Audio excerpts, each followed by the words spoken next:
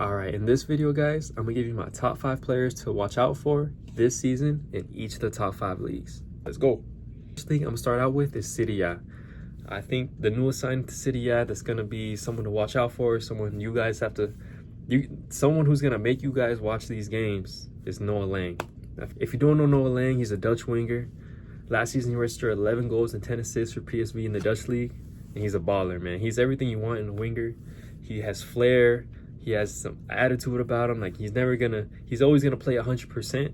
If you know a little bit about the lore of Noah Lang, you know he went through the Ajax Academy. He was a baller then, and the reason why he ended up at PSV and didn't stay through Ajax was he has a bit of a complicated relationship with Erik ten Hag. Erik ten Hag, man, don't get me started on him. But he had a bit of a tricky situation with Erik ten Hag. I know you guys probably have seen the video of him beefing with him on the sideline. He ends up subbing him out, and eventually he ends up loaning Noah Lang. He ends up going to PSV, and he ends up becoming a baller then. And yes, he still probably has those disciplinary actions, but sometimes you need those players in your squad. You need some players with some fight in you. Similar to Cunha with United, you need some of those players with some fight in them. I think he does deserve this move. He balled out for PSV last year in the Champions League. I remember watching the match between them and Juventus. He was by far the best player on the pitch. And obviously they have that cold celebration with him, Bakayoko. I forget the other dude in the photo. And he's just a baller, man. I think he's gonna suit Napoli's play and obviously the Italian play style in the Serie A. And Napoli signed a handful of players, and I think he's going to be, him and De Bruyne are probably the two standout players for them this season. And honestly, I think they're going to win back-to-back Serie A titles. So yeah, Noah Lang, watch out for him. You're going to see a bunch of highlights of him this season. And you heard it here first, from head to foot, okay? Now, the next league I'm going to talk about is the Bundesliga. Now, every transfer window, there's always moves going into the Bundesliga. It's one of the leagues that people buy players from so often. Whether it's La Liga, the Prem, everybody buys top players from the Bundesliga. They're great at producing players, and I think this is another one of the players that they're going to produce and take him to another level.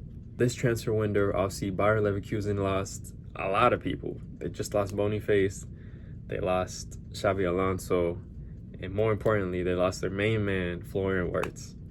And they got a whole lot of cash for them, 120 mil from Liverpool. And obviously that's going to sting, that's going to hurt a little bit. But I feel like this player right here, he's the perfect player to fill that Wirtz void left in the squad. And it's Malik Tillman.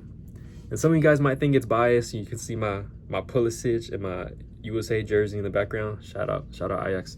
Maybe it's biased because I'm American. But I think Malik Tillman is a baller. He balled out at the Gold Cup. He was the main reason why we got so far. Similar to Noah Lang, he's coming from PSV. He had a great season last season, registering 12 goals, 2 assists, and he balled out in the Champions League as well, adding another 3 assists and 2 assists to his tally. And I think he's just a perfect cam. He's a perfect prototype. And I think he's going to fill that void that Wirtz left perfectly. And they only got off for 30 mil. They only spent a quarter of what they sold Wirtz for. And I think he's going to be a baller, man. I think he's going to prove himself. And obviously being an American in Europe, there's always going to be pressure on you. But I think he's going to be able to withstand that pressure. And I think he has the quality. He's going to be the main link-up man in that Bayer Leverkusen squad. And I can't wait to see him get started with Leverkusen. Yeah, man, just look out for Malik Tillman this season. Next player I'm going to talk about is a player. He's played in La Liga for a while. He's been there for he's not that old of a player. He's a young player. If you've seen him with the younger the U23 Spanish team, U21 Spanish team, more recently with the national team, he's a baller. Those left-sided, short, stocky, low center of gravity Spanish midfielders that can play left mid, center mid, cam. I'm talking like a Santi Cazorla, I'm talking like a David Silva, and obviously like a Andres Iniesta, but that's the goal. That's the goal. But another Spanish prototype that fits that mold is Alex Baena. Now, if you don't know about Alex Baena, he's a baller. And I don't know if I've said that word so often, but all these players are ballers, man. They're in this video for a reason. Yeah, I think he's gonna shine. He recently got a move to Atletico Madrid. I remember when I first saw the move, I said, "Oh, okay." I think last season for Atletico, they needed that creative source. And obviously, Simeone plays the style of play where it's like an old school style of play. Go down the lines, whipping across. We're gonna play 100%. There's not much of a intricate style of play that you see all around Europe, the likes of like Pep or Arteta and Luis Enrique. Atletico play a solid 4-4-2. And sometimes it works, sometimes it doesn't. But I think last season they were missing that creative outlet. And obviously Antoine Griezmann is getting older. He's probably the most creative player that they have. But their whole midfield consists of running up and down. Everyone's going to be a box-to-box midfielder. Everyone's going to play 110%. But sometimes you need that creative outlet. And I think Alex Baena is exactly that and exactly what this squad needs. Last season, he registered 14 assists in La Liga, adding another 3 goals to that. 14 assists, man. And I think last season, and honestly, as of late, Julian Alvarez is a star. Atletico want to compete for the Champions League, for La Liga. They need to support and build a squad around Julian Alvarez. And I think Alex Baena is a great prototype and a great player to build around him, just because he's great at finding his teammates. He's great at creating his own space, and he's great. And he's a pass-first type of player, and that's my type of player. And I think he's gonna fit right into that left mid in the 4-4-2 formation that Simeone plays. And I think he's gonna be a very vital player for Atletico this season. Moving on, we're going to the Prem, and you're like, why are you not saving the Prem for last? You'll understand. You'll understand. So in the Prem, staying in the league as well, it's not a newcomer, it's someone who knows the league. It's Jack Grealish. And some of you might be like, what? Jack Grealish in 2025? Jack Grealish in 2025. Hear me out. Hear me out. When he was at Aston Villa, he was the man. He helped them get promoted to the Premier League. He was a star. He was playing a free roaming role. He can do whatever he wanted on the pitch, and he was able to express himself. And that's the reason Aston Villa had so much success while he was there. And eventually, that led to him moving to City, 100 mil. Everybody knows the price tag. And it was okay. But now he gets a new start at Everton. And people might be like, Everton? Trust me. I think he's going to be one of the main reasons why Everton gets back to mid-table in the Premier League. Jack Grealish, obviously, he has faced his criticism, and granted, I think it's fair, but I think now playing in a team where it's going to be almost centered around him, and he's going to be able to be free and dictate the show like he did at Aston Villa, where he played his best football, I think it's going to be a match made in heaven. I think he's going to be able to express himself. He's going to be able to find his teammates. He's going to rack up his numbers. I know people make fun of his numbers. He's going to be able to rack up some goals and assists this season. And I think leaving City and going to a team that's in the process of getting back to mid-table and trying to compete for European places is somewhere where he'll thrive. And I think the deal will end up being permanent because I think he's going to be great for Everton. I honestly do.